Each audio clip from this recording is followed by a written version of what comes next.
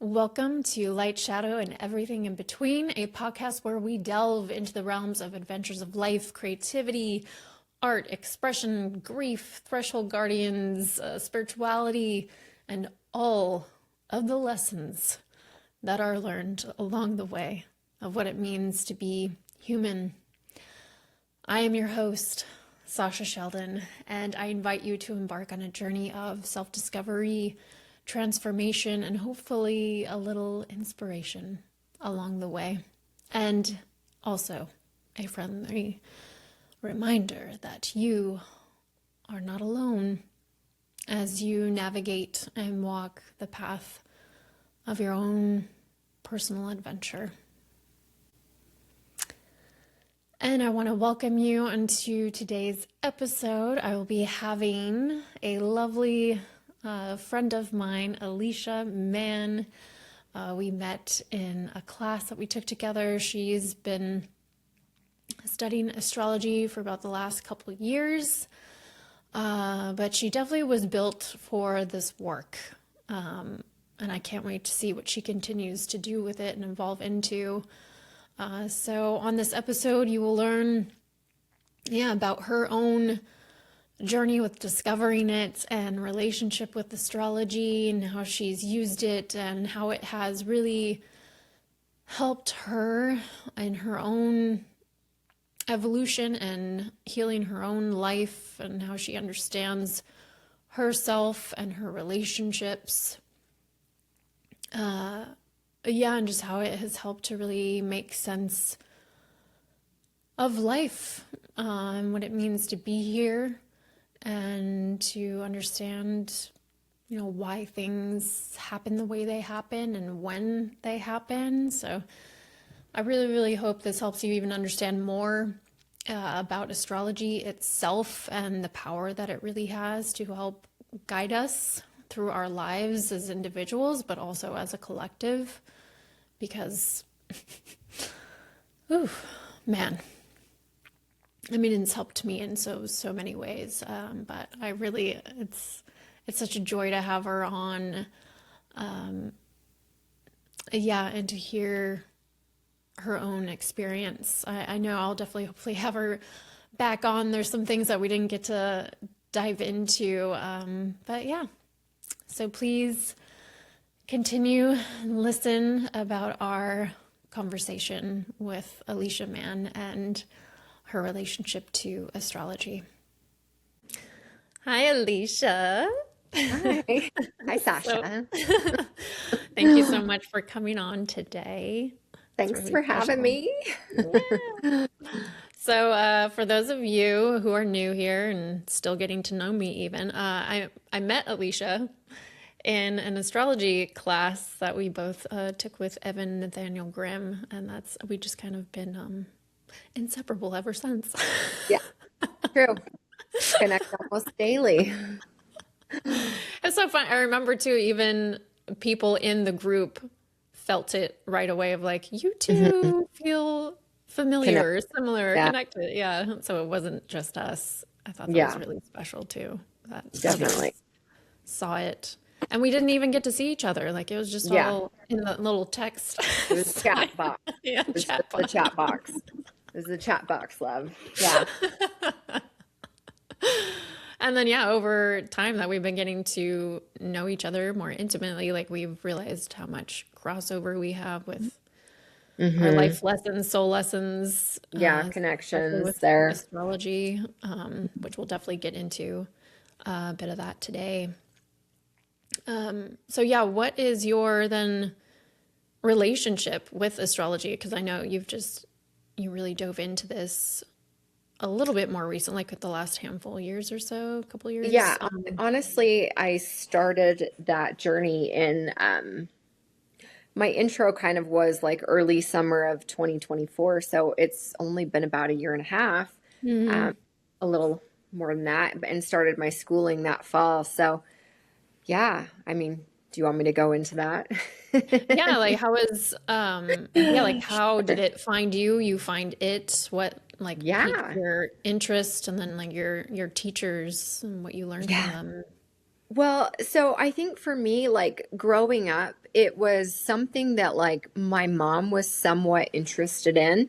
She had, I remember, some books that like kind of went into descriptive with regards to each sign, but it wasn't like a detailed representation of it, of like your sun, your moon, your rising, you know. So I didn't know any of that. And I'm a Leo sun. And so while I would read the stuff on that, some of it would resonate, but oftentimes it didn't. And so I was like, I don't think, I don't know if astrology is real. You know, she was very Mhm. much like um, you know, a big fan of astrology, but not to the point where she was even like versed in it, you know? So Yeah.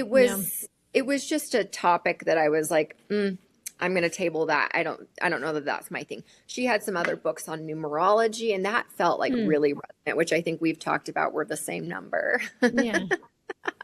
Life So path numer 7. Life Path 7, yes. So Hmm. numerology felt like a little bit more resonant for me, just given the information that I had at the time, you know? Hmm. Um, and then I ended up making a good friend over the last, oh geez, I can't remember when I met Cambria, but she's an astrologer. And so she was kind of like, introducing me to other like insights with regards to astrology, and she would like, you know, I'd watch her stories and she'd post like little like tidbits of the current energies and things like that, and it always like that was really resonant. And so I was like, you know, maybe I should check into astrology a little bit more, like maybe it's something I need to look into, but I Mm. didn't have the bandwidth at the time, and I wasn't, I needed, the universe had to throw something bigger at me for sure. Okay. So it was like um right before my husband and I were going out on a trip to a sacred geometry conference, I was on my podcast, like looking for something new to listen to. Hmm. And I happened to see, and I don't follow his show, but Aubrey Marcus, it was like recommended to me that he had an astrologer on his podcast. And so I was like, you know, I'm not, I don't, it's not, his show is not something I particularly listen to ever, but Mm. I was like, well, I keep saying, you know, I need to check astrology out. So I should like, I should give this a listen. I should, just check this out. Yeah. It keeps coming into my awareness. It's probably something for me to look into. So Hmm. I listened to the podcast, and it was like she just had a lot of really fascinating things to say. It was Deborah Silverman. For anyone who knows her, um, more of a modern astrologer, but I was, very like fascinated and interested by what she had to say. She kind of like really integrates human psychology into astrology. And so it was interesting. So I told, my husband about it. We got into a little bit of an argument about it, and we were leaving the next day. Yeah, it was more, I was getting agitated Uh-huh. by him with Why aren't regard you to, excited about this? well, he was like, I honestly felt like he wasn't not excited, but he kept like Mm. making like comments where he felt like he was interacting and I felt like he was making jokes. Uh-huh. Okay. And I was Not like, you're not taking it listening. as seriously. Yes. Yeah. I'm like, you're not listening to me. I'm really excited about this. And what you're saying is actually agitating the crap out of me. But anyway, it created enough conflict the next day when we were on our road trip to go to this conference. He was like, hey, do you want to listen? Do you want to listen to that podcast again? I'm like, I'd like to listen to it as well. I think he was trying to make amends. And also what he was playing, I wasn't as incredibly interested in. So I was like, yes, I would love it. Like, let's listen to it again. So we listened to it, and he was like, yeah, that's interesting. She recommends a book that she'd written in the podcast. And so we download the book and we start listening to that. Mm. We get to the conference. It was a Friday evening. Saturday's when it starts. So Saturday morning at the conference, we're in the conference center, and it's like morning break. It's, you get to use the restroom, get a coffee, whatever.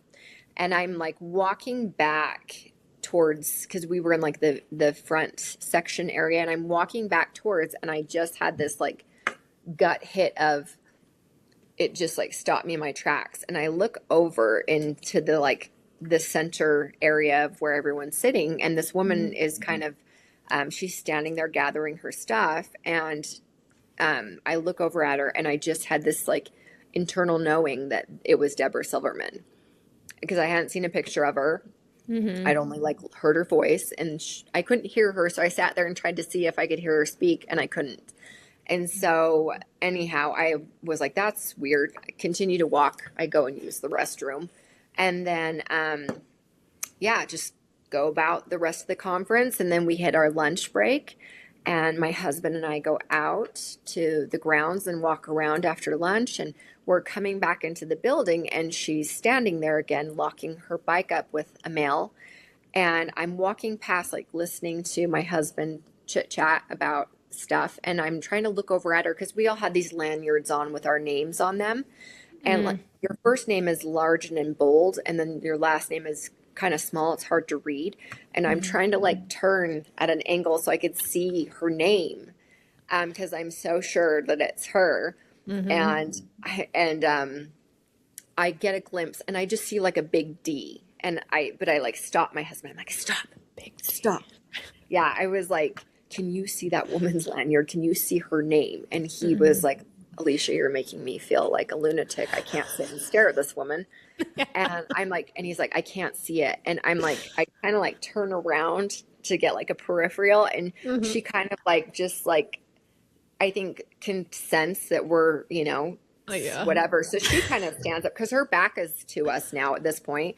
And she like stands and turns, and she was like, do you know who I am? Like, I feel like you calling to me. And I'm like, are you Deborah Silverman, the astrologer? And she was like, I am. So I was like, we literally just listened to your podcast. Like, my husband Brett pulls out his phone, shows her that we're actually in the middle of listening to her book. So Mm-hmm. we have a wonderful, beautiful conversation with her. And then we end up eating lunch with her and her friend that she's at the conference with as well. And she wasn't supposed to be at the conference that weekend. They were actually, her and her friend that she also does some spiritual work with, they were planning to be somewhere else. And they ended up going to the Mm-hmm. conference last minute. And so it was just kind of like, it felt so just kismet that I was like, okay, like, and so anyway, she also, I think, could sense that it was something that needed to be, addressed. So she was like, I Mm-hmm. have a wait list at my school, but I'll get you into the next session. So I got into the session that was starting shortly, within a couple months after this meeting. And I was able to get in because of her. And so I did like a first coursework with her, and then a secondary coursework with her, and then kind of started branching out, and like my mentor through her program, Mm-hmm. um, because Deborah, her program is very much geared towards modern astrology. Okay. And my mentor was more like, she obviously was, she's very familiar with modern, but she works a little bit more separately outside of Deborah Silverman's school. She's more Hellenistic, so more kind of Mm-hmm. ancient. So, yeah, she taught me some things. I did some, sessions with her, and then I just started kind of branching out, and that's where I kind of landed and met you. Oh, thank God. Yeah, going through Evans, a little Mm-hmm. schooling and training. So I've just kind of Yeah. tried to follow different astrologers and learn different things from different people. And But in here I those am. nudges, like you're trusting your intuition or those signs from Yeah, spirit, the universe.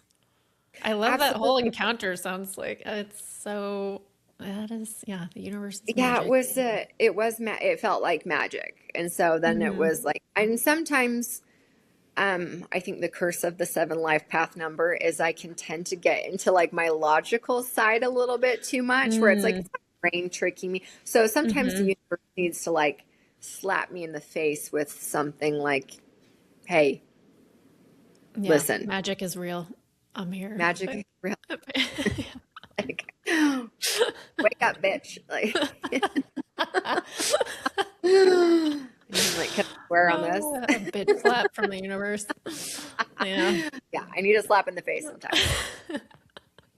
Yeah, humans, it really is unfortunate, but I've seen it time and time again. It's the fact that we tend to learn lessons the hard way, or like we really Mm, have to hear that massive shout when they've been whispering so sweetly here and yeah, there. Like, they're thankfully, not they good enough. Yeah, they've placed some really wonderful people on my path. I feel like, Cambria, my friend who's an astrologer, she was kind of like Hmm. whispering little nudges to me, and then I kind of needed that, yeah, that slap in the face of like, hey, time to do something with this.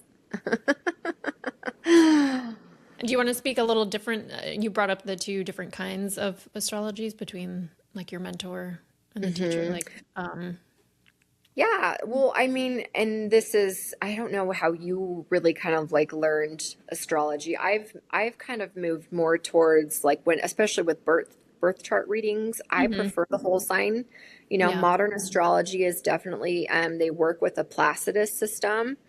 Um I prefer whole sign now with most of anything. I mean, I think you can find relevance in both. totally. Uh, I just really and when I've like talked to people with regards to their charts, it's like, does this feel more resonant to you or does this? And Hmm. I would say probably 95% of anyone that I'm asking questions resonate more with whole sign. Yeah. Like that feels stronger to them. Hmm. Um, Yeah. and yeah, I mean, the No. house systems, I think it's just easier that way, anyways, where it's like, you know, you have one sign aligned with one house. Yep. It keeps everything nice, organized, clear, very direct. Yeah, I Yeah. started like with Placidus when I was learning, and then all of a sudden just something clicked. I think I was also listening to one of the many astrologers I follow. She does karmic astrology, Hmm. and one of her podcast episodes too, she was speaking to why like whole sign and why she just stands by it, and it just made so much sense. And yeah, it has almost that deeper karmic signature. I think why it is so resonant because it speaks to Yeah. that deeper soul truth of these things that we came here to address and work on. Yeah. It's almost making me feel too of how I feel about working with like tarot versus oracle. I think I was Hmm. speaking this with our buddy Colin. But yeah, we're like oracle's like sweeter, a little softer of a Well, message, so, and like but tarot slaps you in the face. Yeah. easier to digest. And then tarot's like, "Ah, I'm gonna Yeah. make you sit with everything." Hmm. Where yeah, I think it's the same with whole sign versus Placidus. It has that Yeah. similar energy signature to it. It's like, do you want the whole truth? Do you really just want to like face it head on? Do you want it sugar coated or do you want like the real deal? Like, yeah, like Yeah. give me the good stuff. Like Mm-hmm. help me along the process. Anyway, I Show me prefer, what you yeah. want. And I mean, in Hellenistic, really, they only focus on, and this is where I feel like I've kind of blended, is they only focus on the personal planets. They don't really take into consideration Neptune, Pluto. Like, they don't, Mm, those are more, considered to be like generational because they do. Like, we all, if we're born within a certain period of years, we have the same, like you and I have the same Pluto.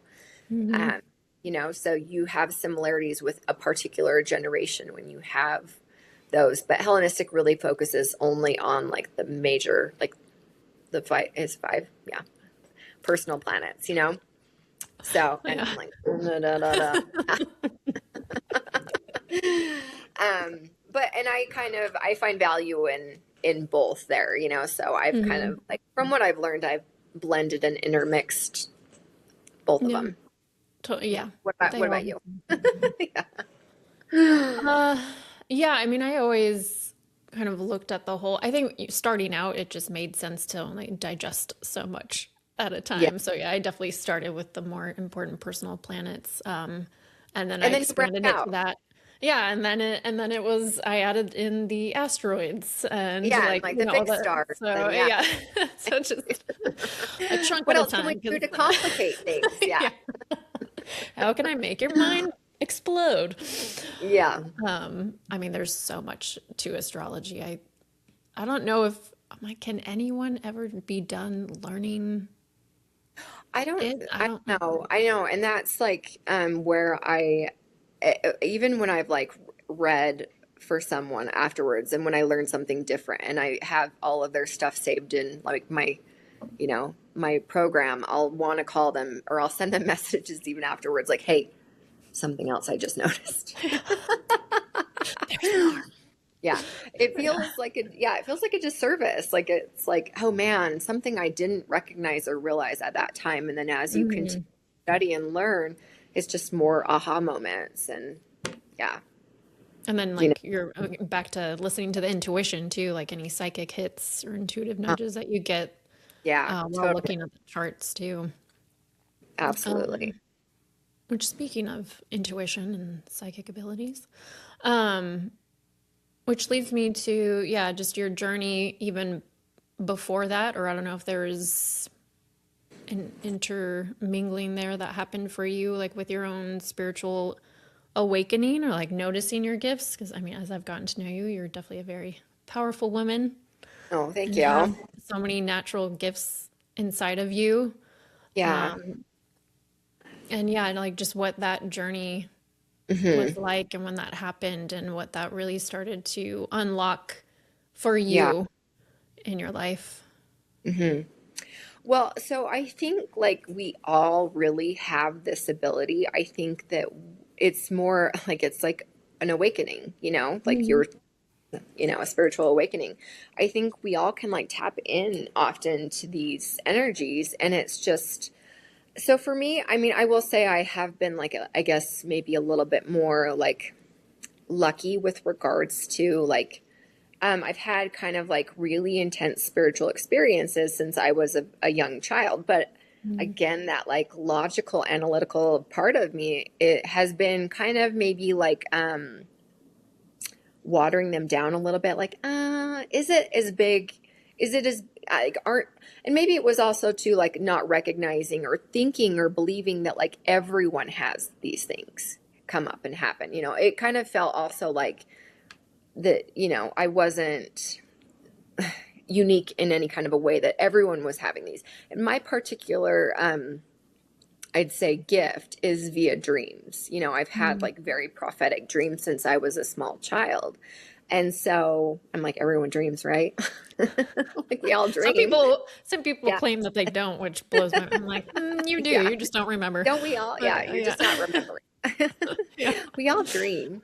yeah. So I would say like I was lucky in that regard, but I think what like the real like kickoff for me was like and I mean there was like a lot of multi steps here, right? So Hmm. I mean a huge shift and change for me was like my stepdad passing away when I was 13, almost 14 years old, Hmm. and that experience was monumental, at the time in my life. Like it was like so I'd had, some of these things come up as Hmm. with regards to spirituality. I didn't grow up in like a really like it wasn't a religious home, but it was like my mom was a spiritual person and we'd pray, and she was kind of into Reiki, but I didn't really like we had kind of a challenging relationship. So I didn't Hmm. ask a lot of questions. Like I wasn't like I kind of kept boundaries with her where I wasn't really wanting to dive into that, Like it wasn't aspect. a But it safe for yeah, you. it didn't Yeah. feel yeah, she just was going through a lot, and Hmm. you know, just dealing with a lot. She had, a hard childhood and was dealing with a lot of her own stuff, but Hmm. um and my childhood was primarily like around kind of like her as a single mom, and just a lot of challenges after she divorced, my dad. And then, anyway, intro comes in my stepfather. They started dating when I was around like 8 or 9, Hmm. and got married when I was 10. And I adored him. Like he felt like the very first safe adult for me, like where I felt loved, I felt seen, I felt important. Hmm. Because my mom just wasn't in a place to offer like that kind of emotional support to me at that time anyway. She was kind of working through her own stuff. And Hmm. he was someone that I really like connected with. I loved and adored him. So his passing was incredibly disruptive to my nervous system, Yeah. and that really it changed the trajectory of my life, and then a couple of other things happened. I got pregnant in high school as a Mm-hmm. senior, beginning of my senior year. My oldest son was born a week after I graduated. So like had my stepdad been alive and around, I that likely wouldn't have happened. So it's like I had Okay. this like domino effect of like life events that occurred that were like at the time they felt like life altering, life shattering, like oh my God, like what am I gonna do? Mm-hmm. How am I going to like bounce back from any of this? Because we were kind of like in financial ruins. Mm. My person who I felt safe and loved by is dead. Yeah. All of these like major shifts. And Yeah. I will say that like life felt very hard for several years during this time, I can and see that. yeah. And it wasn't until like truly, and I didn't know this until I got into astrology, but it Mm. was my Saturn return where I was a weekend away with some gal pals. Like we were celebrating my friend's 30th birthday because she's a bit older than me. And I Mm. remember we were like staying at like my family's like timeshare condo. And I just started getting like all of these like crazy like download like messages, and Mm. at the time I was like feeling very overwhelmed by what was coming in. But it was a lot of like realizations of where like I've come up short, like my own, like Mm.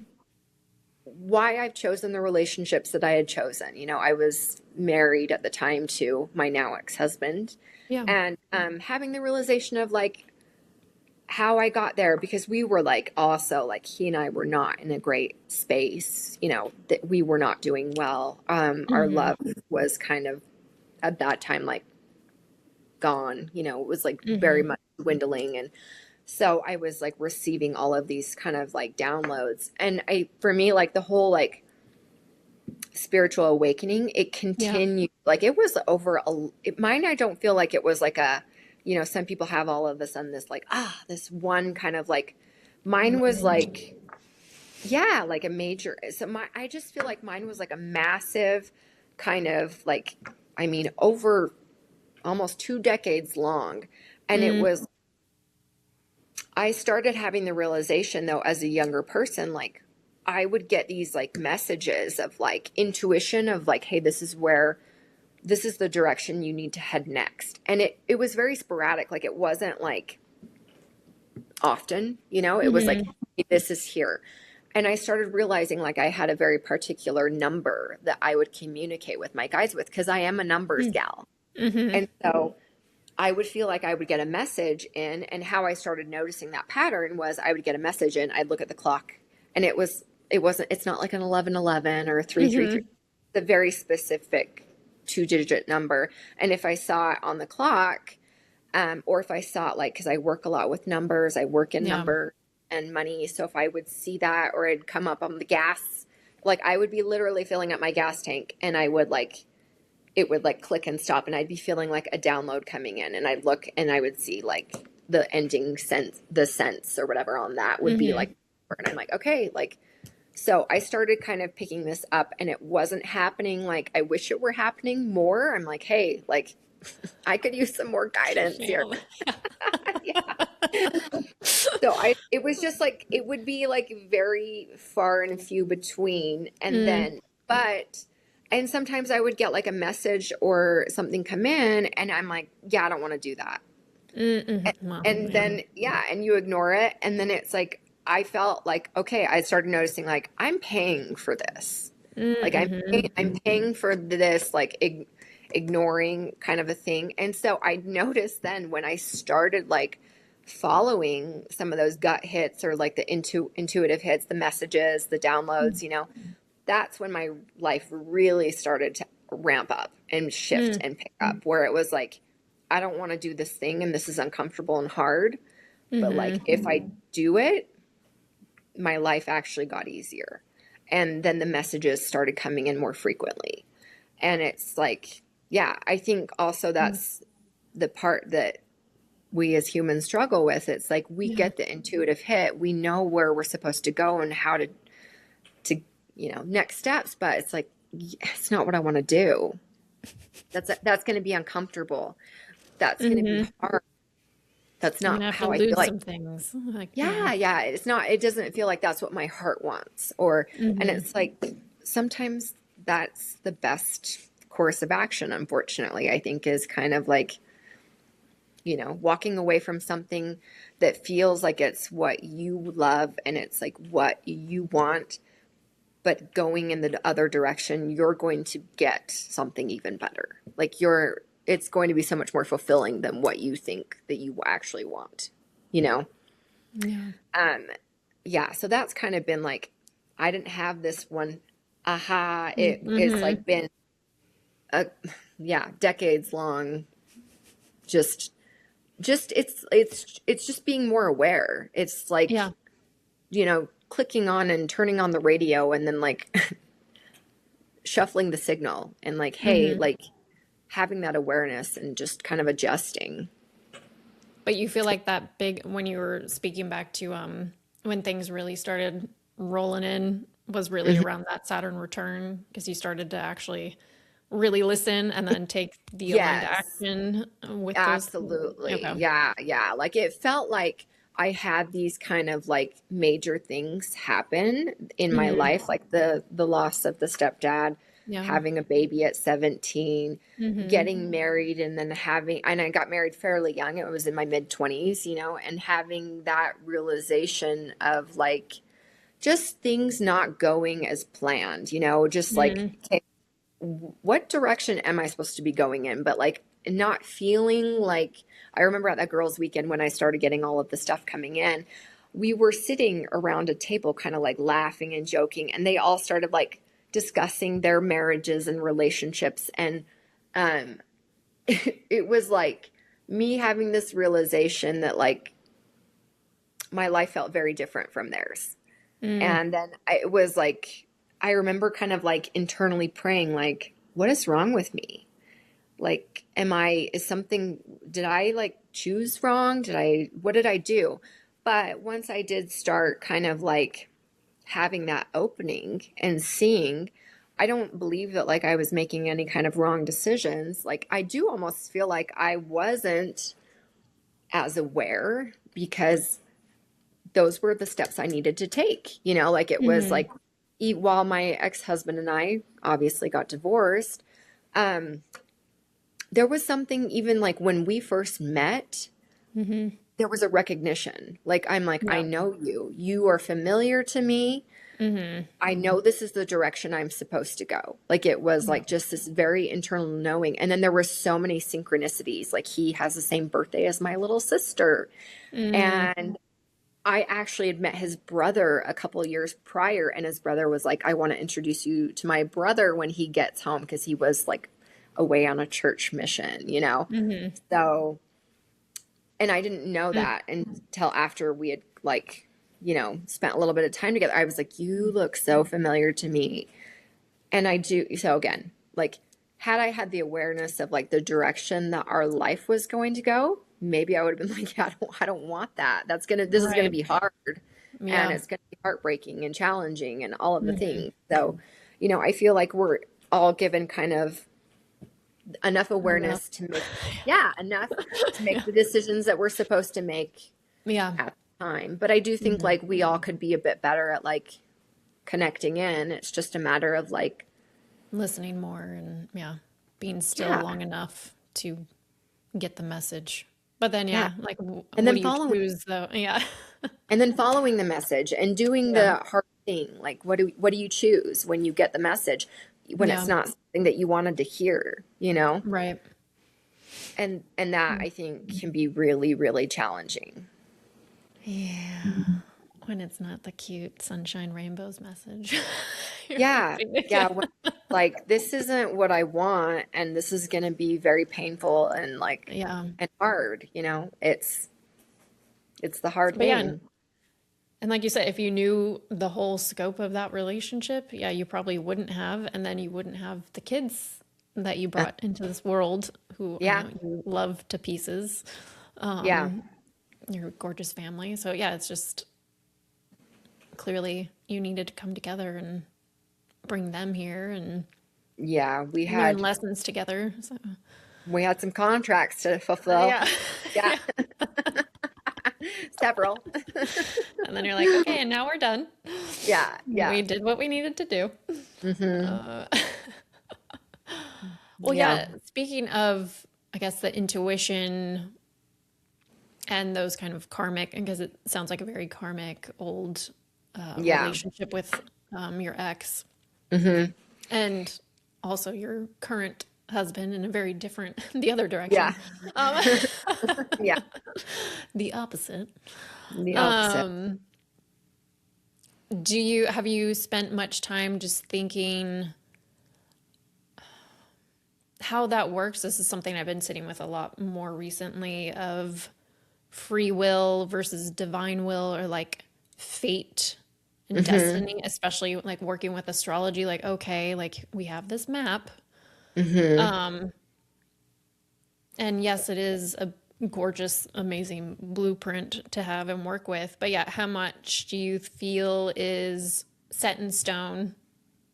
And then how much do you feel you have some authority over? Yeah. Well, I mean, and that's, I think, like, it's like, I don't think any of us really know, but like my feeling with it, like my gut feeling when I think about this, because I've also thought a lot about it. It's like, how does that work? Um, I think, and even, as we're talking today, like with all the big energies that are happening this week with regards to, Mm-hmm. astrologically, and it's like, whoa. And if you look at past patterns and things like that, like there's always a flavor of energy, but we always have we have choice. You have perspective, And like when I look back at like the challenges of my life, it's like I could be a very different person right now had I like caved and given into the sadness and, of it all. And so I feel Mm-hmm. like we have this blueprint that we're given astrologically and the energy that we have to work with. How do you choose to engage with it? How do you choose to work with it? And I think as far as like our contracts go, Mm-hmm. children, potential spouses, I think we have multiple potentials. It's like this is, and I've had like kind of insane, crazy dreams with regards to this. Mm. Um, it like with like seeing myself on the other side, almost like watching movies of like Mm-hmm. of potentials of Yeah. what life can potentially look like. And it's like, and I know that like, and I've also learned via that, and then also via my dream work that Mm-hmm.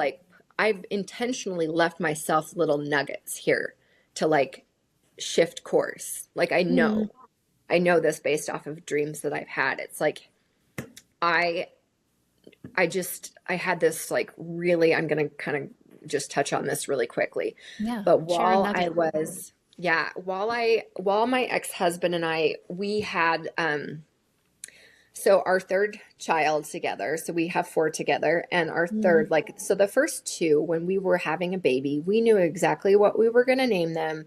We had it picked out. And with like our first son, it was like, nope, this is his name. The next Mm. daughter, we went into the hospital with like two options, and that was what we were doing. With our third Mhm. child, daughter, she was like, so first of all, I wasn't going to have any more children. And Mm. I had a very prophetic, I had gotten pregnant on, it was like very unplanned. I'm incredibly fertile. And anyway, we had gotten pregnant. It wasn't planned. And I was devastated. Like, I was like, he and I were in such a hard, challenging spot. I was not prepared. Like, we couldn't have another kid. I'm like, this is not, we need to be done having children because I don't think, we're going to survive this. Mhm. And then when I was pregnant, I had this incredible, beautiful dream about this baby girl. And my other daughter was like standing next to me while I was changing her diaper, like in this dream very vividly. Mhm. But it was strange because my daughter seemed older, the one that was, my current, the daughter that I'd already had. She was standing next to me while I was changing her diaper, the baby's diaper, and Autumn seemed older than what she would have been. And I was like telling someone on the phone, like, I needed her. She was meant to be here. She was like, she brought in so much love and like connection to the family. And she was really like what our family needed to like help us to sustain, like we needed her. And I woke up from the dream and I just like cried. I felt kind of terrible because I'd had so many negative feelings about this pregnancy. And I was like, because when I have these like particular dreams where they're very prophetic, I can tell that they are. They'll have almost this like haze around them. And so I can see that I'm like looking into like potential futures. And so I knew that it was one of those. And my heart like broke. Like I had a lot of guilt and a lot of shame. And my husband, I kind of woke him up and was crying. And he was like, it's fine. You're okay. And so I went back to sleep. And when I went back to sleep, I had a dream that I had a miscarriage. And I woke up the next morning and now was even more emotionally distraught. Like I had this dream and he was like, don't worry about it. You're fine. I literally went to sleep the next night, woke up in the morning and miscarried the same way I'd had in the dream. So I went through a period of time of like, what do I do with this? I know that this little girl needs to come in. Anyhow, fast forward, we end up, like a year later deciding to. And I immediately got pregnant. I knew it was going to be her. It was her. And we go to the hospital with these two names that we'd picked out. And it's like, this is what we're naming her. And she came out and I was like, I don't know why, but like, I need to call her B. I need to call her B. And my ex-husband was like, why? Like, this is not what we planned. And I'm like, I don't know. I just know, like, I need to call her B. And he was like, okay. So, like, before you leave the hospital, they really, like, beat you. Like, you need to fill out the birth certificate before you leave. Like, you are allowed to take it home, but they really shame you if you don't figure it out before you leave.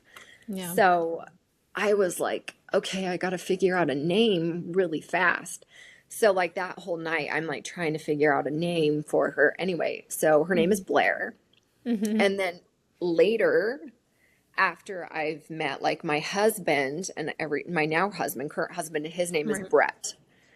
And so I have this like really like, it's one of those hazy dreams. And I'm like kind of all of the children. And it was previous to us like having my husband, Brett, and I have our last baby, who's a boy. And it was interesting at the time in my dream, we'd only had our one daughter and I was feeling very done at that point. I'm like, yeah, no more. I've had a lot of kids at this point. But in the dream, I have this, I'm like standing there, I'm feeling a little lost and confused and in my dream and it's like hazy. And I'm like, what am I supposed to be learning here? Like, what is this showing me? And I'm watching Blair run around and play with mine and Brett's daughter, Seneca. Okay. And I'm sitting there and Blair's kind of ignoring me. And I'm like, hey, B. Or I'm like, Blair, B. And I'm alone. Like I don't have a partner. I don't have a spouse. And I remember feeling very like confused, like looking around like, why am I alone with all of my kids? Like, what's going on right now? And as I'm looking at Blair and I'm like, B, and then all of a sudden it hits me and I'm like, where's Brett? And then I have this whole like come to realization of like, because the dream I'd had before Blair came that I needed to call her B. And then I see myself in spirit side, like on the other side, watching, and I'm trying not to get emotional, but I'm watching myself make the choices. And that comes up again as like, you're going to leave yourself this little like, hey, remembrance. This will be like a trigger for you to remember. And so my need and necessity to call her B was as a trigger for me to find Brett. So while I I have these children with ex-husband, and I think that we're all kind of like, it's really changed like my perspective as far as connections too. I Yeah. feel like Corey and I have the ex-husband, we have this, obvious like contract connection. I don't know. I'm also kind of even feeling and wondering if Brett has some kind of connection to Corey, my now Mm. husband, what their connection looks like. You know what I Yeah. mean? And I see everything, just the way we all are connected is we're so much more entangled and intertwined than I think that we want to believe, because Hmm. it's uncomfortable, especially when you see people behaving in negative, bad ways. And it doesn't feel Yeah. great to be like, oh, they're also a part of me. Or like, or especially when you really do zoom out in those deeper practices, like, oh, that happened to teach me something. Like, even though it was so painful Yeah. and traumatic, for Hmm. whatever reason, like my soul asked to experience this so it could learn Yeah. this lesson, grow and stretch in this way. And like Yeah. the people that we interact with, and like, you're like, oh, they're not behaving their best, they're doing bad things to me. And I think like, I don't know, I've really questioned this as like, um and this really took me out of victim consciousness once I Hmm. really started like thinking about this, is it's like, we may have agreed to this before, where like they agreed to treat me badly because it was something that like I needed to learn. And so, I don't want to like bypass, bad behavior Oh God, and yeah, say yeah. that it's Not okay. Yeah. And that bad behavior is okay, but it's like, right. I'm not entirely sure the agreements that I made in spirit, as far as like how my relationships looked. Hmm. So, but it's really, like I said, it's kind of taken me out of that victim mindset of like, they did this thing to me. I find more forgiveness, more love, more grace Hmm. for people, because I don't truly know or understand what they agreed to come here with, you know, the Yeah. limitations, or what they agreed to come and bring. So I don't know. It's given me a lot of like more grace and forgiveness for people, just like the human experience. I just don't, I, Hmm. I don't completely understand it. And so, Yeah, we probably never will. Even when we die, there's like, yeah. I don't even know if we'll have all the answers. Well, and when we do, we'll just forget them when we come back anyway. Well, exactly. Yeah. It's just like, wash that out, scrub your Yeah, we're brain. gonna we're gonna scrub that from the remembrance. But yeah, Yeah. I think that that's like a big thing. I think we all kind of leave ourselves these little like triggers and nuggets of like what direction to go, but I don't think we always necessarily take them. And so I do Right. kind of feel like when we like create this design of what our life can look like, there are variations. Like from Hmm. what I've seen via like my dreams and watching that, like it's almost like, yeah, we're watching a movie, but we're Hmm. watching like, okay, if you choose this, it's like this is what it looks like. If you choose this, then this is what it looks like. And so like I think we're given kind of like different options, and it's like what nudges, like when you get those like intuitive hits on like what direction you go, are you Hmm. following? Are you not? Like, are you taking the path to like your highest version, or are you Yeah. going in a different direction? And maybe I don't know that it necessarily needs to be like highest and best, but like it's a different, and maybe you have harder lessons on the other one, you know? Hmm. Um, yeah, I don't know. Like, so I And yeah, think not that being like, punished, but it's like, well, okay, you chose this route and that's what this one came with. yeah. So, Like, so I think we're given kind of that blueprint of like, hey, this is like the energy of like what you're coming in with.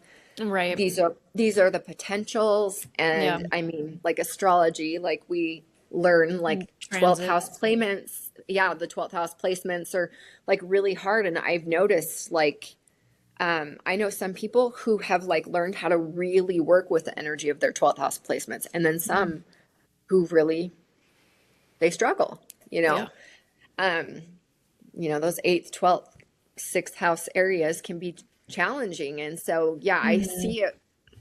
sometimes with people like of, hey, you're doing really well working with these particular energies, and some of us are still learning. Yeah. Yeah, and for those of you, so like 12th and 8th could also be Pisces placements, Scorpio placements, or like Virgo is sixth house. Yeah. And yeah, those ones can be. Sometimes too, I even think like fourth house Cancer, the watery houses have a lot of Yeah. layers and depths to them.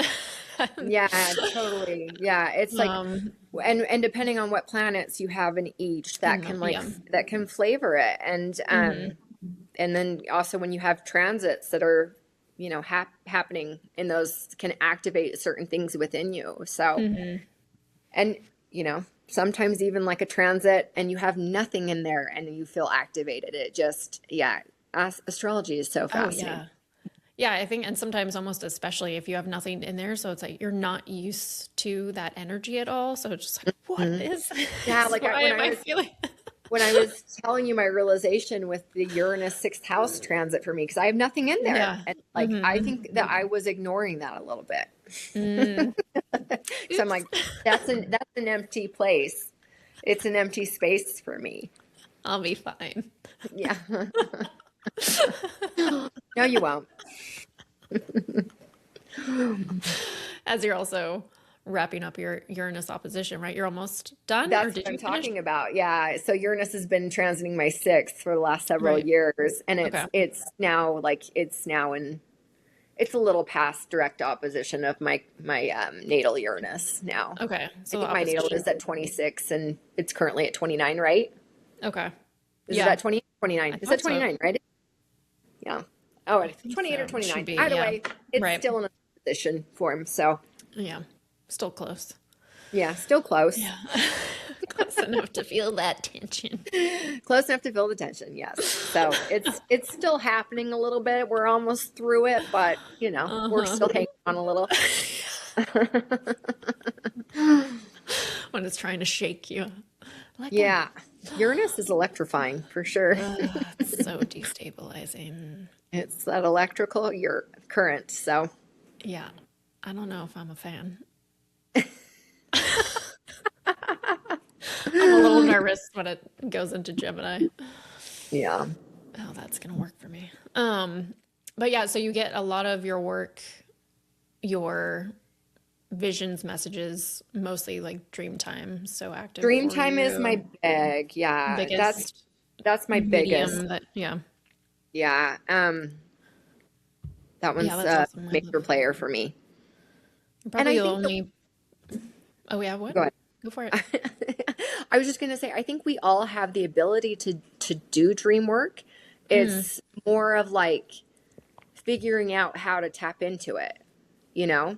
And it's work. Totally. And I think that some people are like, I don't have time to do dream journaling, or um, I've had some people, friends and stuff that will work with like is it Blue Lotus? Yeah. Okay, so they'll do like, so those like that can activate and help with dream work as well, Yeah. and just kind of doing some type of a ceremonial something before you're going to sleep to try and like activate that. But Totally. yeah, Yeah. No, I feel the same. I've always been very active in that realm for as long as I can remember. And then, yeah, I think you and I noticed we both have Neptune sextiling Pluto, and then we have some other yeah, moon things. So, yeah. Neptune, I think, is if you've got like a really strong Neptune placement in your chart. I mean, Neptune can bring confusion and stuff, but you can also like really learn to work with that energy. And I think like it's Neptune is literally right on my ascendant, and I think growing up that caused a lot of like maybe confusion as to like what's going on. Like I always felt a little like I should say it was like an off and on, like, where am I? Like I'm confused. Who am I? Like it felt like a little bit like it took me a little longer, I think, to figure out who you are? even, yeah, like even self-actualization of like, it just, like when I think back on my childhood, often, like, I mean, yes, I went through some like traumatic events as a child. So Hmm. I think we tend to like lose a lot of memories around that. Oh yeah. I do often think though that I have like this intuitive feeling that part of my problem also was like having Neptune on my ascendant. Like it's like not just in my first house, it is the exact same degrees as my ascendant. So that felt like a little, like what am I what am I doing again? Where Hmm. am I going? Am I a Who am I? person? What is Yeah, this yeah, body? yeah. What's this thing? I don't know what to do with Skin this. suit.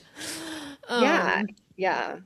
so have you felt like you've become more embodied and clearer on like who you are? Granted, that's always changing for all of us. But No, but does yeah. that feel more solid in your more like later adult years, or is it something you Yeah, still and I are think yeah, swimming and through? no, no, no. Well, I mean we're always still swimming through like what, not maybe not like who am I, but what's important to me? What Hmm. value, what do I value? And I think that's kind of always like ever shifting and changing depending on what cycle of life that you're in. Hmm. But I think a big thing for me was like my Saturn return. And like we talked about, so I'm a Sagittarius rising. My chart ruler is Jupiter. Jupiter and Hmm. Saturn in my chart they call it the Great Conjunction that only happens every 20 years. And they're, they're kissing. They're You're the almost lucky one. degree. Yeah, they're like less than a degree apart. They're making out. They're best friends.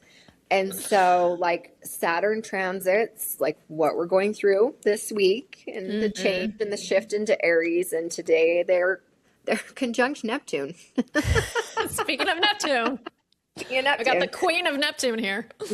yeah, Yeah. they're conjunct, and so Saturn is a major player for me, and that was like my Saturn return, and ever since that point, I can look Hmm. back at the Saturn like shifts and I'm like, oh yeah, that makes sense now. That makes sense as to what was happening in my life during that time. This makes sense, Um, where again, I'd only found astrology like literally a year and a half ago, but I Hmm. can track everything now and like Yeah. see. So it's a wonderful. I think it's a beautiful tool for people to have of like Hmm. this is the upcoming energy. It's not like a predictor of like, hey, this is what's going to happen, like expect this. But it's when you're aware of like the shifting energies and what's coming in, I think it makes it a little bit easier to like work with them. Oh It's not God, as yes. like yeah, it's not as like shocking or surprising. It's like, oh yeah, I expected something similar to this. And a deeper layer I've found of just acceptance of Yeah, life. And again, in those moments that maybe were more hefty to move through. And it's like, oh, okay, well, that is literally what was happening at that time, either in my yeah, chart, their chart, or our charts together. Like we created this yeah. cocktail for this possibility for this event to occur. Absolutely. I think it does allow some more like acceptance and like even forgiveness, like what we were talking about Hmm. with regards to like, it's like I didn't behave and I wasn't being my best self. They weren't being their best selves and like looking, it's like, oh, okay, yeah, like Mars and Pluto are squaring. Like none of us are getting along right now. Um, you know, and I said, I had said some things that I shouldn't have. Mercury is not in a great placement at the moment. Yeah. Whatever.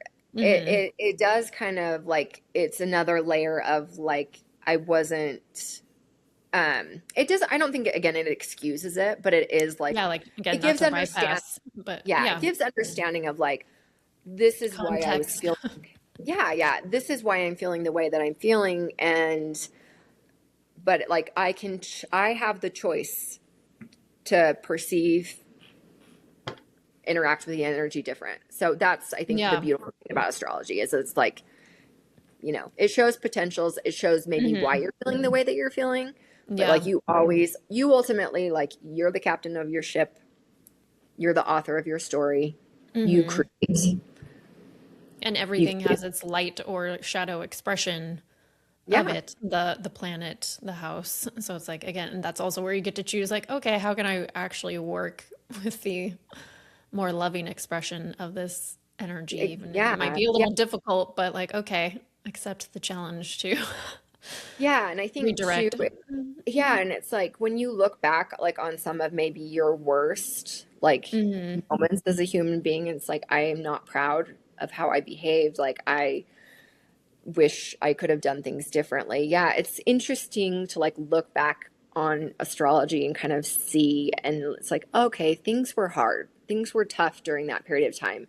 Again, doesn't excuse my behavior, but it's just kind of like comforting to look back and see Hmm. like this is what was going on, or even in someone else's chart, like, okay, like they were really obviously struggling during this. And so, yeah, it just gives like another layer of awareness.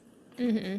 So do you Hmm. find like you use astrology then to really help you more deeply understand like your relationship with others and how you Oh, yeah, can support totally. each other and vice versa and Yeah, all that? like, and sometimes because it can be, it's challenging to look at it every day. And like, Oh yeah. how am I going It's to too much. interact with, like, I have 7 children. So it's like, how are we interacting today with the current energy?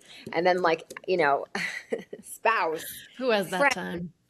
business Yeah. partners, coworkers, like how are we all kind of engaging together? Because you like overlay each other's charts and like look at the Hmm. synastry and then current transits and like how is that affecting it's really challenging. But like I Yeah. do feel like if I ever kind of bump into like, oh, we're not jiving really well right now, like Hmm. what, I'll pull it up and like look Yeah. at the synastry and the current transits and like whatever's interacting with us Yeah. on a personal They're level. like, ah, ding, ding, ding. Yeah.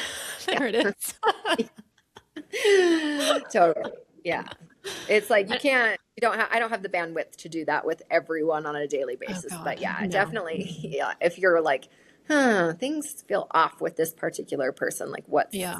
what's going on? What does it look like at their chart with Hmm. current transits and things like that? And has it helped you too, even looking back as you shared some of those deeper life-changing events, like looking at the transits at that time? Does it also help you Yeah, to process and accept and understand why those things totally. occurred? Well, no, I'll kind of go into like, so when my stepdad passed away, um, it was a kind of a horrific accident at home. It was a Hmm. really like it's not like he was sick, nothing was wrong. It was just a tragic accident at home. And my little sister and I, she was 9 at the time. I was 13, and we ended up finding him. And so it was pretty, a jarring it was a jarring, hard experience. And Yeah. I didn't, obviously didn't have the awareness at the time and was, Hmm. at that age, you're kind of wrapped up in yourself, not really Yeah. like, and I just remember feeling at the time like, man, my mom is like really failing us, like she's not handling this well. I mean, obviously, like who would handle it well, but it just felt like she couldn't even like, I felt like I was taking care of her a lot and a lot of like Hmm. the house and things like that. It just felt like there was a lot placed on me because I was the oldest and there was Yeah. only me, my younger sister. So it felt like, yeah, just really like, hey, you're not really shown up as a parent to be, you're wrapped up in like your own sorrow and pain and Hmm. kind of ignoring like the trauma of like what my younger sister and I went through. She was at Yeah. work when it happened. I had to call her at work and be like, hey, they're life flighting him to the hospital. Um, so Hmm. it, yeah, but looking at her particular transits of when it happened, she was in her Uranus opposition. So she has Uranus in her first house. 28 degrees. So, and it's conjunct her ascendant. And then Uranus at the time was at 29 degrees of Capricorn when he had his accident and passed away. Hmm. So in her seventh house, of relationships. And so as I've gotten into that, and she also had like, she's got a natal Venus in her 12th, which is a challenging aspect to have in Yeah. Gemini. Hmm. And Jupiter was in opposition to that in Sagittarius, almost an exact opposition. So like we've talked Jupiter, about Jupiter, you benefic. always think like, yeah, you always think it's going to be great and wonderful. And Jupiter can go either way, you know? Yeah, and I Um, find that a lot when we've, as a group from our astrology class, we're all in a group chat. When yeah. we look at death charts, that those Yeah. benefics are And always I'm at I'm play. also like I'm seeing a lot like vertexes come into play Yeah, oftentimes with those death, faded like with death points. charts as well. But like so her Mm-hmm. vertex is in Sagittarius as well, and Jupiter was conjunct Mm. her vertex. And that's in the 12th and the 6th. So like she's got Venus up here in the 12th and her, sixth house Sagittarius vertex down here. So they're kind of in opposition together on her natal. So like her faded points there in her Hmm. sixth and her Venus in her 12th. And Yeah. then you have Jupiter coming around and hitting that vertex and being opposing. It's like her fated point in opposition to her love and in the 12th house of the death and Hmm. the unseen, subconscious, like all the things. So she had some really, oh, Mm. and there was another thing as well. Like her natal Chiron is in her Hmm. eighth. Okay. Ooh, okay. Yeah. Also, And not a great placement. yeah. And Mars at that point was in opposition in Aquarius. Oh, So okay. yeah, she had like so many really challenging, like, so yeah, you've got Chiron in the eighth house. That's also like, the transformative, also can be Death, recognized rebirth. as death, Mm. rebirth, all the things. Her natal Chiron, that wounded healer point in Hmm. a person's chart. And you've got Mars, which can be the planet of action and accidents, Yeah. in opposition in Aquarius.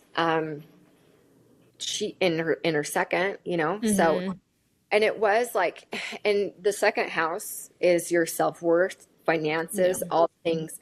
This particular um event in our life, like we weren't doing super great financially prior to this point, but this Hmm.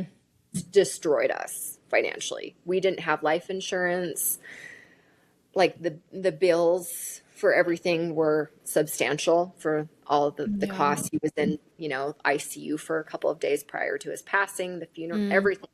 It was like, devastating to us financially, and then to like Yeah. lose his income as well. So Right.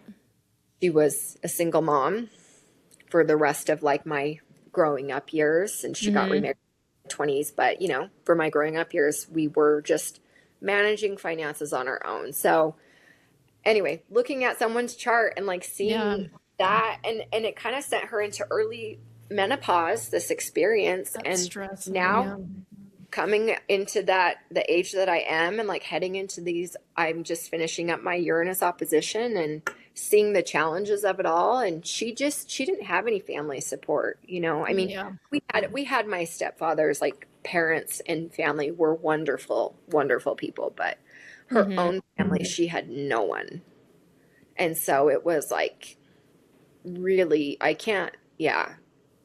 I, being 13, I wasn't as kind to her as I could have been, but I was You were a 13. kid. Yeah, I was a kid. And I was, so now being an adult and being a mother, and like, I have so much like sympathy, empathy, just a lot of like different feelings towards her than I obviously did at the time. And then like looking Yeah. at her astrology chart for that period of time, I'm like, man, really hard. Hmm. Yeah. Because like she really, yeah, and you can clearly see how all of that was actually playing out for her because of Yeah. astrology. And it just was almost to a T. Even like you said, the second house, but also, so there's opposites like in astrology. So like second house, Eighth. and the eighth. And so her Chiron also being in the eighth speaks a lot to like other people's money or not having that life insurance or any of those things. So like Yeah. also losing his income, very eighth house. Yeah. It just And goes away. Yeah. yeah, so damn. Mars, yeah, Mars activating that point for her. It was, Hmm. I'm sure she was just stressed out of her mind. Yeah. Yeah. And with kids and that. Oof. I would not want to go through that. That's for sure. No, no. Yeah. So, Uh, y- but yeah, yes, so but help gave you that deeper layer of acceptance. And can I share, like, I feel like you recently came across I that didn't for recognize, her, yeah, yeah, that, I didn't recognize the Uranus opposition until literally like I was kind of, because yeah, I've only really kind of really gone thoroughly through my own chart with respect to mm, that. And I looked at hers a little bit, but I missed, that's a huge player. Like the Uranus opposition. I think I expected maybe that that would happen because she was only 39, but like we were right. talking about, you know, it happens at different times for everyone. But Mhm. I brushed over that. And that is a huge piece. I mean, they call it kind of the midlife crisis point, you know, Yeah, that yeah, we have three of them, and that's one of them. your Saturn opposition, that Uranus Yeah, opposition. Yeah. Pluto And it square and happens, then Neptune square. Yeah. yeah, it happens differently for everyone. So I'm headed into my Saturn opposition. Yay. And then I'm Yeah. heading into my Uranus opposition, Yeah. coming out of my Neptune square Neptune. Yeah. I'm looking forward to not being so confused anymore. That will be Yeah. nice. But The Neptune square is a little bit tricky. that's For so sure. beautiful. And again, feels so cosmic and fated that you came across this information about your mother at such a traumatic, heartbreaking moment in time, like while you are currently going through the same I'm in the same transit. spot. Yeah. I'm finishing it out. Same. Yeah. Like that So also. I'm just like, I'm I'm at how does the that ending stuff happen? degree. Yeah, ending degrees of mine. So Yeah. Do you have any wisdom, I guess, that you've gleaned from, because we are all personally, collectively, like back to those big collective planets. So the mhm. Uranus, Neptune, Saturn, or well, Saturn-ish, Pluto, and the fact that everything is changing almost all at the same time I know. Yeah, is yeah. insane.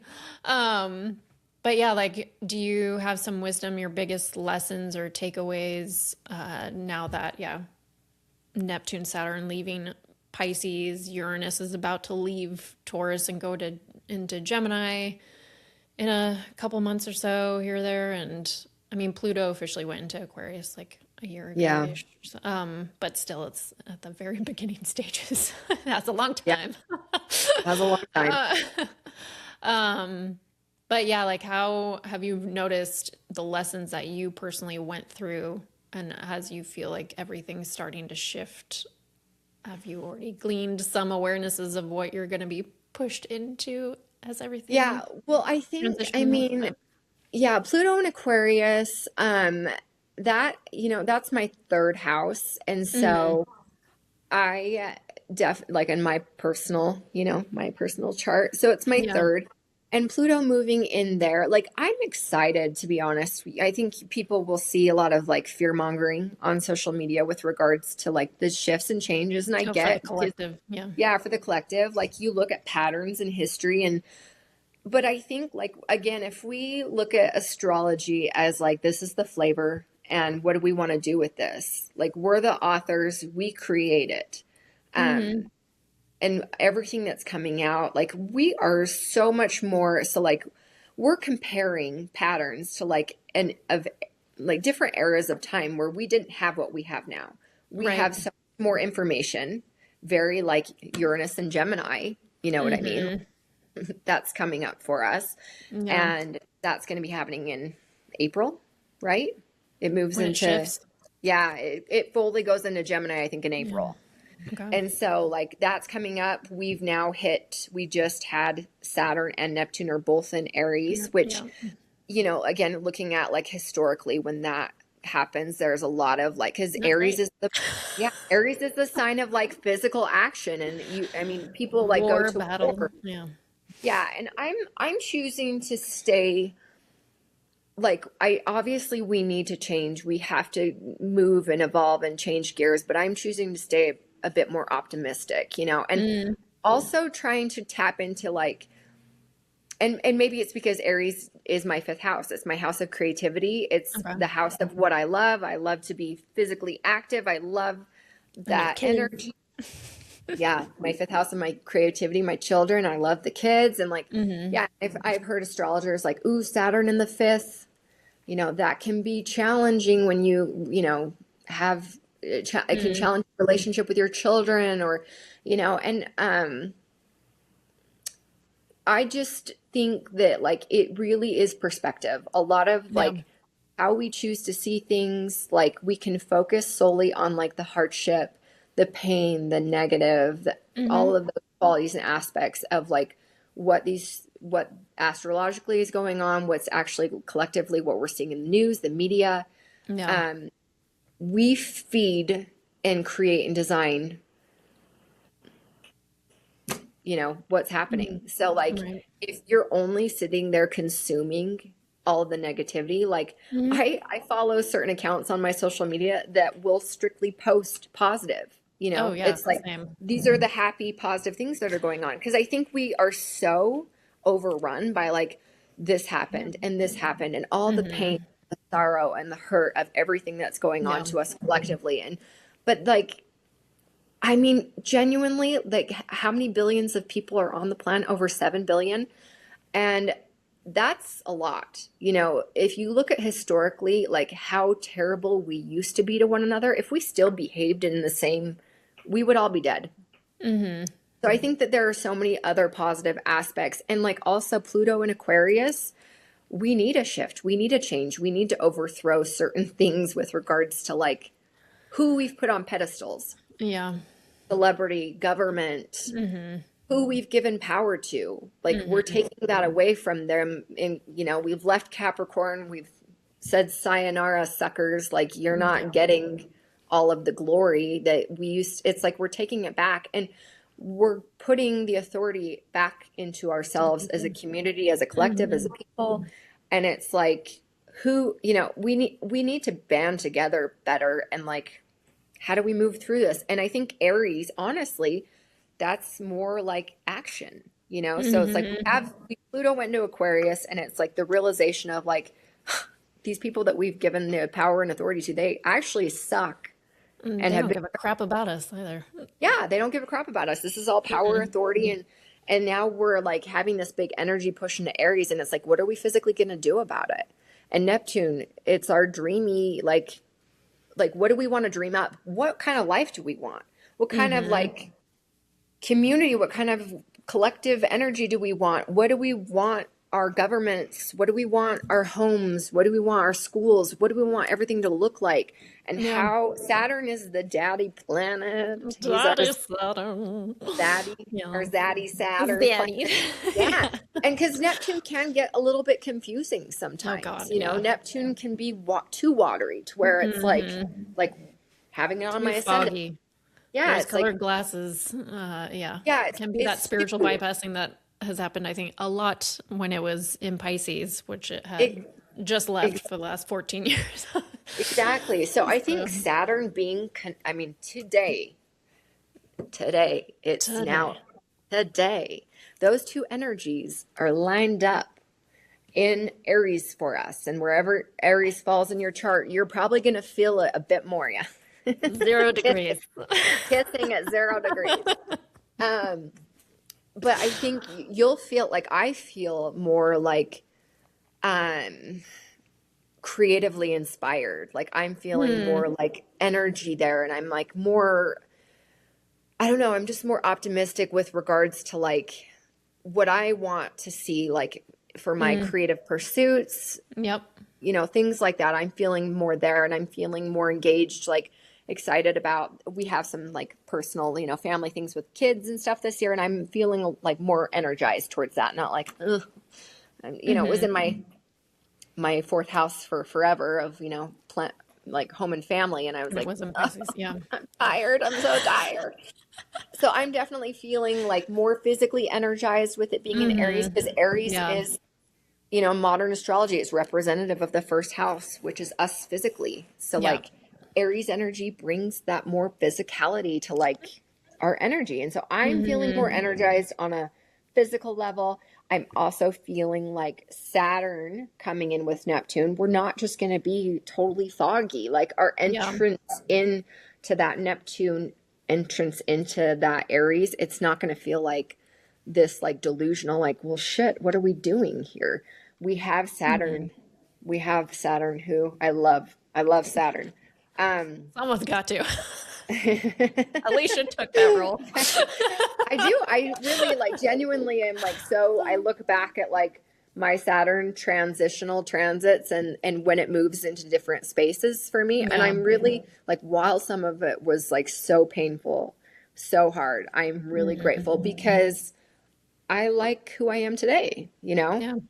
And so I think that, and that's the other thing that people need to like understand and learn from Saturn. It's like Saturn will teach you. And so when it makes its transition into a new place, it's like if Mhm. you haven't addressed certain shit in Oh, that particular area of your life, it circles back. Yeah. yeah. It's a gut punch, punch to the Mhm. face. Like Yeah. it does all the things. But Saturn being conjunct Neptune there, I think is going to really like keep us on track of like, hey, so we Totally. want this and this and this and this. We want our government to look like this and this and this. What are we going to Right. do about it? Yeah, exactly. Saturn's What, gonna make us like, okay, well then shut up and show up. Like, what are you gonna yeah. do? What's your But plan of same for, action? yeah. And then same for us, like you're saying, like to our own dreams, like, okay, dream bigger, like dare to dream bigger. What are those? Like, okay, but Yeah. then what is your plan of action? And don't just write the list. Like you gotta Yeah. actually do the What do you, yeah, list. what, or even if you do the list, what is the plan of action? Like what Yeah. steps are you going to put in place and what What's the steps are map? you going to take? Yeah. How do you Hmm. get to that dream life that you want? Like, what do you Yeah. want your life to look like? And what are you willing to do? And are you willing to answer the call to those nudges when they come in and you're like, shit, I don't want to do that. That's, Hmm. that doesn't sound like fun. That's not the answer I wanted. I'm going to wait Yeah. until I get the answer that I want. And sometimes that answer never comes. Right. So, Yeah, I think it'll help us, yeah, really build that solid foundation before it leaves Aries. So we can mhm. like to help us navigate the rest of Neptune. the Yeah. many, many years of it being in Neptune. Yeah. Yeah, so we're not just floating out in space. Yeah. And that's, I think that that's like the benefit of them entering in kind of together at the same Yeah. time is that I think it will like lighten and lessen like the space of like being delusional in certain aspects. You know what I mean? That doesn't happen like all the time. You don't get Hmm. you don't get a big entrance into a sign Yeah. with like Neptune doesn't all, you know, that's not a thing that occurs frequently where Neptune enters with Saturn into a sign. So, I Hmm. mean, and Neptune's been in there for a minute, but not long, you know. And Yeah. then you have Saturn making its grand entrance right after, and they're just conjunct. They're making their way. And they So, just made their great exit out of Pisces. So yeah. that was also a doozy. Yes. Yes. Totally. Well, and so, yeah, I think that like Wow. people who kind of follow astrologers, and hopefully they're following the ones that are a little bit more like Grounded. optimistic. Yeah. Taken. Yeah. Like, hey, you know, this, I think it's good again to have that awareness of like, this might be hard. This could be challenging. This might Hmm. get, you know, this based off of previous patterns, but also like just with the recognition of like, we have the ability to change. Like, we can change and shift and do what we want, you know? Hmm. And especially with that Pluto in Aquarius, it is like, yeah, it's like showing us we have the power Yeah. as a collective. Like, we ultimately have the power. Like, don't bypass and pass that on to anyone else. Stop putting people on pedestals. Stop, you know, relying on someone to come in and save you. We need to learn how to save ourselves. Yeah. Yeah. No one is ever gonna come to save you. Yeah. Yeah. So, Gotta ride on our own white horse. But yeah, even today, I know Mars is in Aquarius as well. So with this yeah. great conjunction, so and Mars rules Aries, Yeah. and so the fact It's that it's very, in an Aquarius too, it's more of, yeah, like, okay, well, how are we going to use this energy of me, my thing, to your thing, we. like Yeah. to serve the collective? So we're not Yeah. just being selfish and Yeah. self-centered, which can happen like a shadow side of Aries. just like, I'm Hmm. gonna do whatever I want and I don't care like what happens. to- Yeah, totally. Yeah. so It turns the me to we, definitely. And yeah. I think that that's like, because I mean, you've got Pluto in Aquarius, it sextiles Aries, it's like Mhm. figuring out how do we merge and the energies together Yeah. and get away from the me of. Into the we. Hmm. So having those energies together, it is like a great collective placement, but try not to get too caught up in past patterns of what that looked like, because that was very different times. Yeah, definitely. People didn't And then have you, plumbing. oh my God. They behaved very terribly. No one had bathrooms. No one had. Oh, toothbrushes, Yeah, toothpaste, totally. proper dental. Um, well, yeah, so maybe we'll wrap up then. Yeah, with everything and all this awesome creative energy that you are stepping into with Yeah. these transits. Hmm. Yeah, what are you starting to let yourself like dream up and get excited about and like seeds you want to plant with this energy and like build a new relationship with creativity at this time in Okay. your Yeah. life? Well, and I think, I mean, so first of all, like while I have this deep love for astrology, like I've just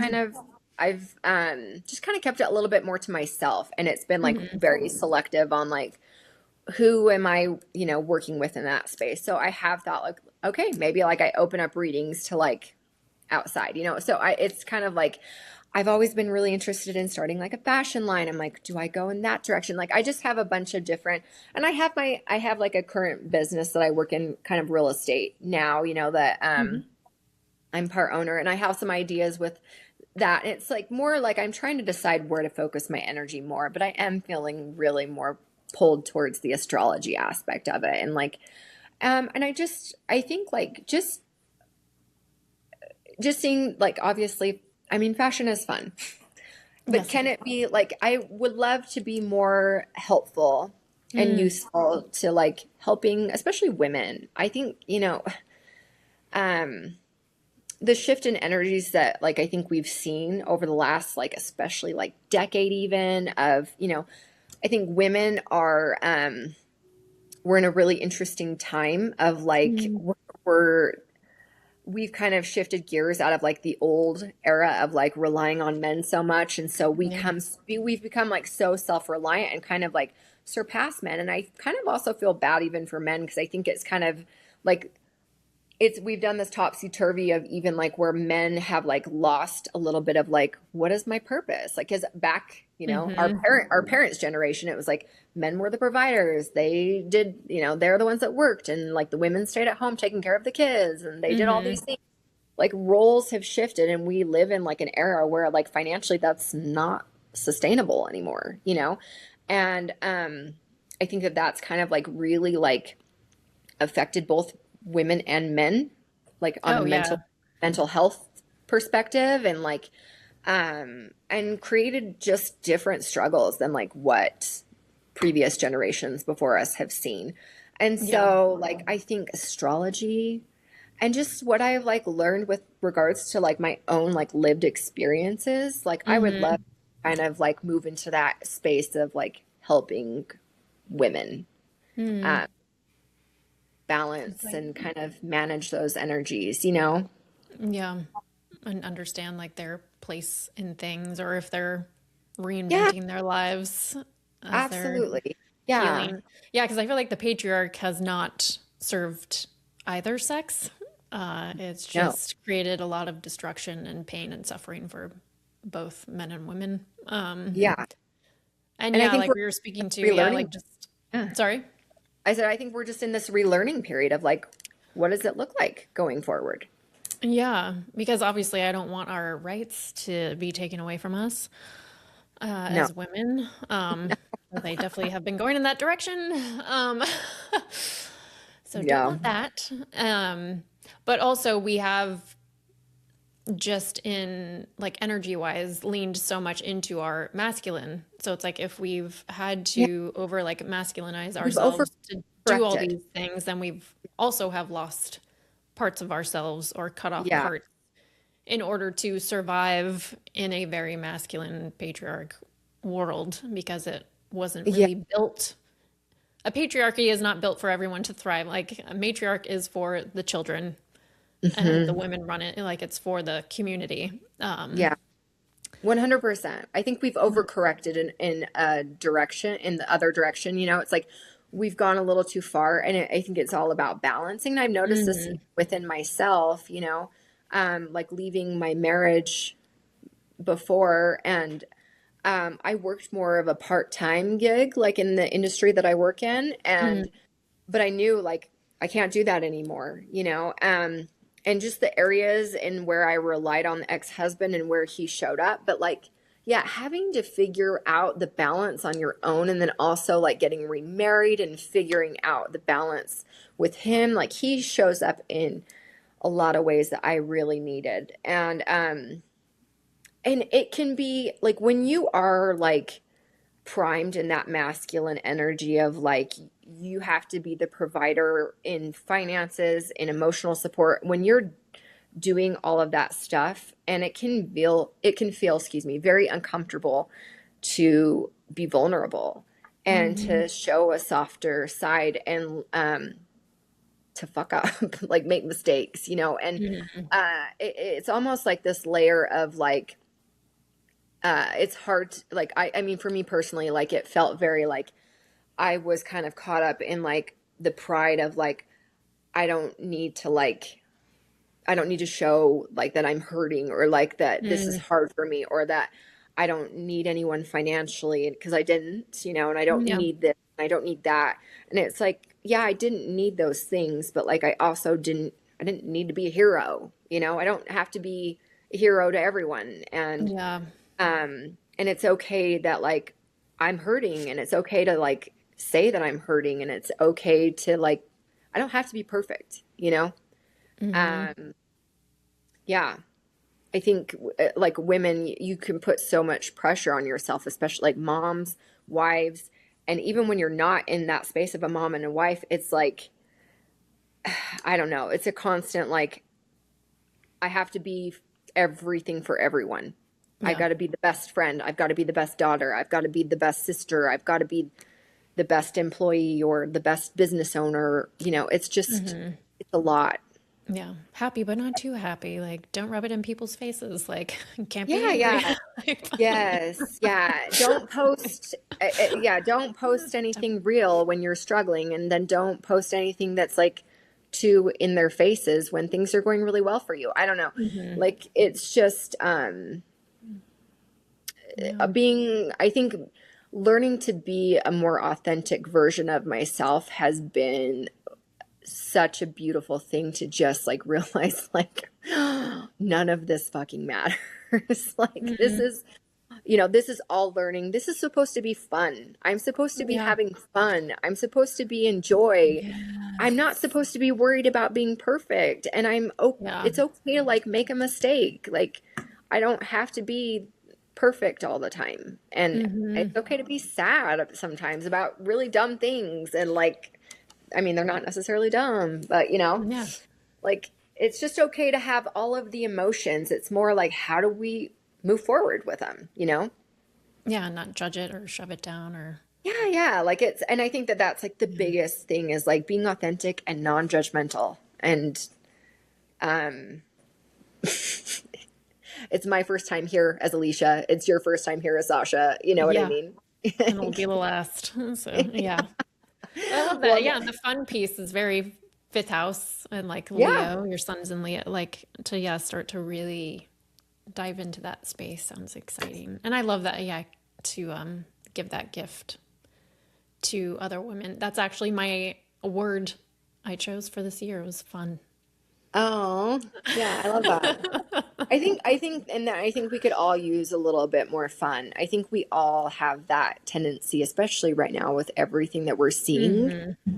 It's hard to not it's hard to pull yourself out of that and find joy sometimes Yeah. when you're like immersed in the pain of everyone else and the pain of all of us. And And also sometimes too, I don't know if you find yourself, it's like when you are in like real joy, feeling a little bit bad about it. Like, The guilt for yeah, like like, things are going pretty well. Like I don't have yeah, any but horrible. they're not going well for everyone else. But like Hmm.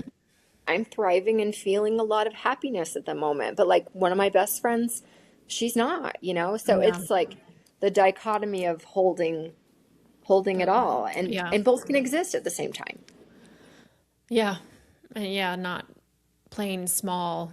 And I know that's definitely can be a wound for women to not stop and actually like see our accomplishments or see how much we've overcome that have made us such Mhm. well-rounded, wise, strong individuals to like really be like, oh my God, okay, you got through that. That was gnarly. Yeah, Like, yeah. and Like you're still standing, like, good good job. job. Like, Yeah, like you said a couple of really terrible things, but like you've made yeah. it. Yeah. Like maybe don't focus so much on those little blips, like in the Yeah, grand yeah. scheme of things, like you're doing all right. Yeah, well, like Brett and I were talking about this recently, actually. He was like, okay, kind of in our group chat when we were talking about like that Mm, meditation with regards to like visiting that childhood version of yourself, you know, mm, where like maybe you don't feel loved or supported as a child, you know, and like me as an adult going and sitting with that version. But we were discussing like it's like interesting how you can like imagine yourself sitting with all these different past versions of yourself and even future versions of yourself, and the kindness that you have and that you feel and the grace and the love that you feel. But when you think about sitting with like your present self, and it's like, man, I don't feel good about how I showed up, you know, 2 days ago with in that conversation with whomever, or how I behaved, or like, I mean, sometimes it's like an internal thing. Like it's not even mm, like that you said the thing that you wanted to say, but it's just how you felt. And it's like, I mhm. don't love that I had those negative thoughts or feelings towards this Yeah. other person, even if you didn't like express them. But I don't know. It's interesting, like the lack of compassion and grace that we give current versions of ourselves versus Mhm. past or even future. And I Yeah. think that that's like the focus that we need to have, really. Like, that's the only way forward, really, is like accepting who we are. And I mean, Hmm. as long as like we have a general consensus of like, we want better, we want love, kindness, wealth, health, Hmm. care, things for everyone and for all. Like maybe we disagree on how that happens, but it's like we know and recognize that we want all of these things for each other. I want that for you, you want it for me, Hmm. and believe the best in other people and their desires, even if you disagree on the road to take to get to the place, you know? Hmm. Anyway, I think that that's like a major we'll see a major shift if we can like if we can actually get there. We can work with that energy, but yeah. Yeah. Oh, that's I'm beautiful. I excited can, how it goes. yeah, and I'm excited to see, yeah, how you blossom with sharing that and holding space for women and using astrology. Because, yeah, it can be such a way, again, of bringing that acceptance and understanding of current self or like what brought them to where they're at now and to make some peace with that and Yeah. give them some hope or breadcrumbs or help them see the little nuggets like to their future, Yeah. and Yes. empower them. Yeah, and same with Yeah. you, you know, doing starting your podcast and all the things and Yeah.